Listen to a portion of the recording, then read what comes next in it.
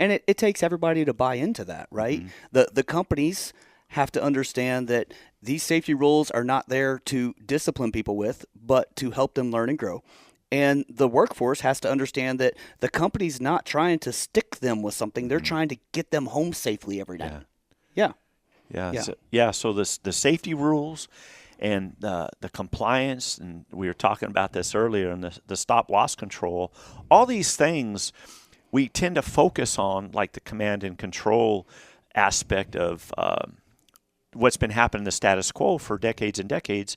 We've been focusing on these things, and really we're not focusing on the right thing. The right thing is each other, your people. The greatest asset that your company has is not the new bucket truck. The greatest asset is not the new technical training yard where we're learning all these skills, some underground, some overhead, and all that. That's not it at all. The thing that we're missing is connecting with one another. And then it's not that I have to do the rules.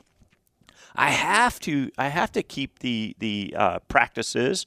No, it reverses. I want to. That's it. Yeah, I want to. Yeah, for sure. And we should all want to, right? Companies, linemen, everybody should want to follow these best practices and these rules to make things better for everyone else around them.